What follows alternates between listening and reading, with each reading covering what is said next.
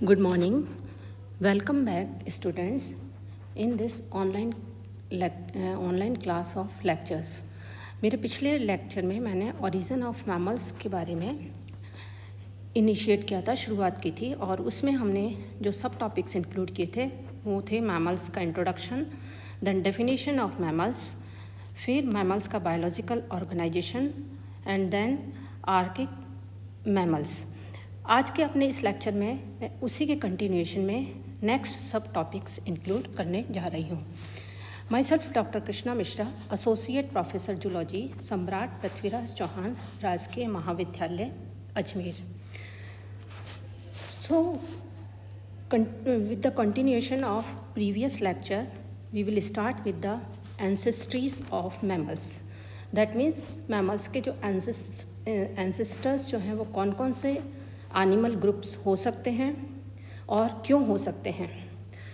The ancestor of mammals must be some lower vertebrate forms. Natural है कि कोई भी एंसेस्टर्स जो होंगे वो लोअर वर्टिब्रेट फॉर्म ही होंगे. The chances for the fishes and the birds are out of the question. Birds और फिशेस जो हैं वो उनके एंसेस्टर नहीं हो सकते. इसका रीज़न ये है कि बर्ड्स जो हैं वो ऑर्गेनाइजेशन, जो फिशेस हैं वो ऑर्गेनाइजेशन लेवल पर काफ़ी लो होती हैं, जबकि जो बर्ड्स हैं उन ये हाईली स्पेशलाइज्ड होती हैं in comparison to the mammals. So ancestry from them is in no case possible. Now remains the possibilities for the amphibians and the reptiles to hold the respected position of mammalian ancestors. So we will start with the amphibian ancestry. The amphibian ancestry of mammals was emphasized by T.H. Huxley in the year 1880. Huxley advocated that mammals arose from amphibia. He assumed that Hypotheria is a submammalian evolutionary stage which arose from amphibia and holds the key of mammalian evolution. That means जो Huxley था वो strongly उसने advocate किया कि mammalian जो evolution हुआ है वो एम्फीबिया से हुआ है, और उसको सपोर्ट करने के लिए उन्होंने अपने कुछ आर्ग्यूमेंट्स दिए. The first amphibian as well as mammals they possesses double occipital condyle. तो जो फर्स्ट आर्ग्यूमेंट था हक्सले का वो ये था कि जो एम्फीबिया और मैमल्स दोनों के अंदर जो डबल ऑसिपिटल कॉन्डाइल्स जो हैं वो प्रेजेंट होते हैं. The second argument in this contest is that in mammals only the left aortic arc is present, but in amphibia and reptiles both the arches are present. Of the two arches, the left one is weakly developed in reptiles, which indirectly supports amphibian ancestry of mammals. तो that means कि Huxley ने बोला कि जो mammals हैं उनके अंदर left aortic arch जो है वो प्रेजेंट होता है, जबकि एम्फीबिया और रेप्टाइल्स दोनों में ही के अंदर लेफ़्ट और राइट दोनों ही आर्चेस जो हैं प्रेजेंट होते हैं. लेकिन रेप्टिलियन एंसेस्ट्री को ये कहते हुए उन्होंने डिस्कार्ड कर दिया कि रेप्टिलिया के अंदर लेफ़्ट जो आर्क है वो काफ़ी वीकली डेवलप्ड होता है, इसलिए द ओनली एंसेस्टर्स जो रिमेनिंग है वो एम्फीबियन एंसेस्ट्री मैमल्स जो है उसकी बचती है. लेकिन this theory was subjected to vigorous criticism. इस थ्योरी की काफ़ी क्रिटिसिज्म हुई. The point of resemblance are not rigid enough to support Huxley's assumption, accepting the occurrence of double occipital condyle. The double occipital condyles in amphibian and mammals are not strictly homologous structures, but they differ in development. यानी कि जो Huxley ने अपना जो first वो दिया था assumption, उसमें उन्होंने जो बताया था कि डबल ऑसिपिटल कॉन्डाइल्स प्रेजेंट होते हैं मैमल्स के अंदर और एम्फीबियंस में, लेकिन ये बाद में ये पता चला कि जो ये ऑसिपिटल कॉन्डाइल्स होते हैं वो होमोलोगस स्ट्रक्चर नहीं होते हैं और इनका जो डेवलपमेंट होता है वो बिल्कुल डिफरेंट होता है. एम्फीबियंस के अंदर occipital condyles they are derivatives of the exoccipitals. That means ये एक्सॉस्पिटल्स के डेरिवेटिव्स होते हैं, जबकि मैमल्स के अंदर the source is basioccipitals. This assumption is further weakened by the lack of any intermediate form and paleontological data. Huxley's view of mammalian origin through hypotheria is untenable today and does not offer any tangible evolutionary significance. In spite of that, this view is still kept as a piece of historical document. That means जो Huxley का amphibian ancestry का view है वो केवल आजकल historical document के form के अंदर उसको रखा गया है. The very concept of mammalian ancestry directly from amphibia without the intervention of reptiles is now most unscientific and absurd. Now we will come to the main point, that is the reptilian ancestry of mammals. The reptilian ancestry of mammals is full of evolutionary significance and it gives a vivid indication of biological transformation towards the mammalian organization. The reptilian ancestry of mammal can be established from three angles.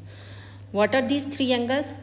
The first one is evidences furnished by some living mammalian group. Then second one is the serological test, and third one is paleontology. Evidences from living mammals. What are the evidences from living mammals? In this, some of the primitive living mammals, they give the strongest support of reptilian affinity of mammals, the monotremes and the marsupials. These two mammals, the monotremes and the marsupials, they occupy intermediate status between reptile and mammals. So, first of all, we will discuss about the monotremes, that is the evidence from the living animals. Monotremes, they constitute a sort of connecting link between the mammals and their reptilian ancestor, and it served to bridge the gap between the two. Monotremes are mammalian, but they possess reptilian features too. The reptilian features are pectoral girdle is typically reptilian with a large coracoid and interclavicle and without scapular spine. So जो pectoral girdle है monotremes की, वो बिल्कुल reptilia की तरह होती है, reptilians की तरह होती है, जिसके अंदर एक लार्ज कोरेकॉइड प्रेजेंट होता है, इंटर क्लैविकल होती है और स्कैपुलर स्पाइन जो है वो एब्सेंट होता है. Pelvic girdle it have an epipubic bone. Epipubic bone जो है रेप्टिलियंस में भी प्रेजेंट होती है और मोनोट्रीम्स के अंदर भी उपस्थित होती है. Ribs excepting the cervical ones are single headed, यानी कि जो रिब्स हैं वो इसमें सिंगल हेडेड होती हैं, जबकि जो मैमल्स हैं उनके अंदर रिब्स जो हैं वो डबल हेडेड होती हैं. मोनोट्रीम्स के अंदर जो सिंगल हेडेड रिब्स हैं ये रेप्टाइल्स की तरह होती हैं. Presence of cervical ribs. Bones of skull are typically reptilian. Lacrimal bones is absent. Jugal, it is reduced or absent. Auditory bulla is absent, and presence of reptilian provomer. These all characters they resembles to the reptilians. Next, corpus callosum, it is also absent in monotremes as well as in reptiles. Reproductive system, it is based on reptilian plan. Both are oviparous, monotremes as well as reptiles, they are all are oviparous. Presence of shallow cloaca. Then the segmentation, which is meroblastic in both reptilia as well as in monotremes. Both of they are not fully homeothermous.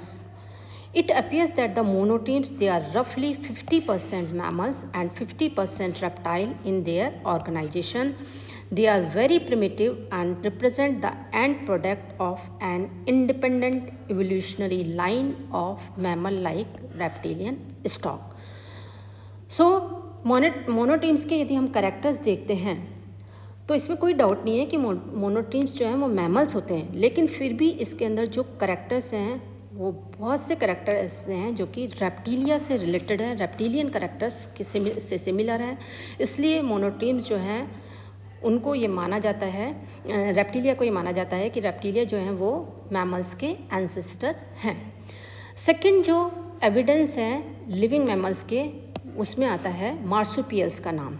Marsupials के features जो हैं similarly, इनमें brain जो है that it lacks corpus callosum and the olfactory part it is comparatively large.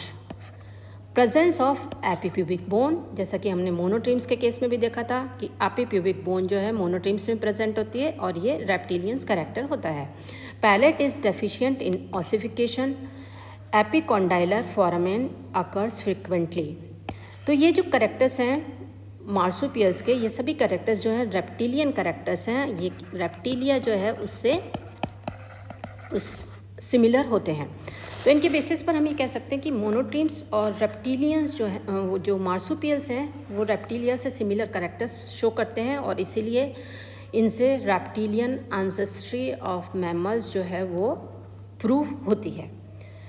Next हम आते हैं evidences from serology support reptilian ancestry of mammals. Serological tests have revealed that the reptilian blood shows close affinity with that of the mammals which are warm-blooded. Serological test के अंदर reptilian blood और जो mammalian blood है उसके अंदर close affinities जो हैं वो देखी गई हैं। तो ये कुछ एविडेंसेस थे जो ये प्रूव कर रहे थे कि मैमल्स का जो ओरिजिन है वो रेप्टिलिया से हुआ है। नेक्स्ट लेक्चर में हम इसी के कंटिन्यूएशन में दूसरे एविडेंसेस जो हैं उनकी को डिस्कस करेंगे। Thank you.